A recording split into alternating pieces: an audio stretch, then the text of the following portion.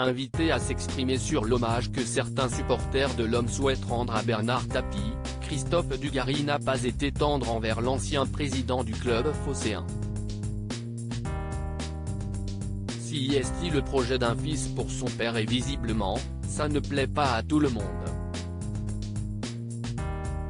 Depuis quelque temps, Laurent Tapie, le fils du regretté Bernard Tapie, est en mission pour tenter de financer la construction d'une statue à la gloire de son père. Une statue qu'il souhaite voir érigée devant l'entrée du stade Vélodrome et de son propre aveu, le projet avance bien. Il nous faut encore un peu moins de 100 000 €, déclare-t-il à la Provence, estimant avoir levé les 2/3 des fonds nécessaires pour la réalisation de l'œuvre.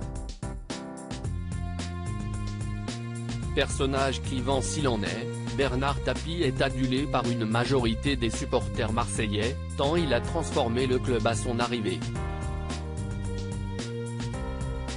Sous son règne, l'Olympique de Marseille a remporté la Ligue des Champions, la seule pour un club français, mais malheureusement, il y a également la face sombre.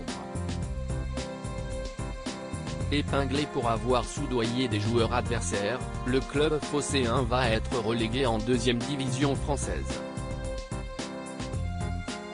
Un pan de l'histoire qui fait dire à Christophe Dugarry que ce projet de statue n'est pas légitime selon lui. Il y a des gens qui ont souffert de cette situation, note de la rédaction, il y a eu des drames avec ça.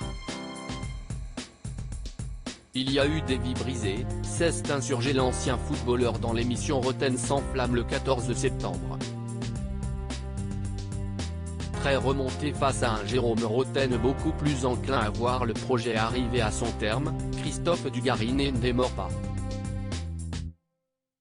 Donc on oublie tout ? Il y a eu un titre, on oublie tout, a-t-il été interrogé.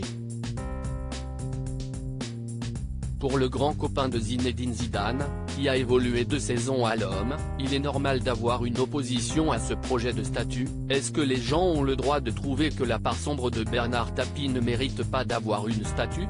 Ils ont le droit. Si est un Christophe Dugarry très remonté qui s'est exprimé sur un sujet qui fait polémique ces derniers jours. Avec la sortie de la série consacrée à Bernard Tapie sur Netflix en début de semaine, cela faisait longtemps qu'on n'avait pas autant parlé de l'homme d'affaires disparu le 3 octobre 2021.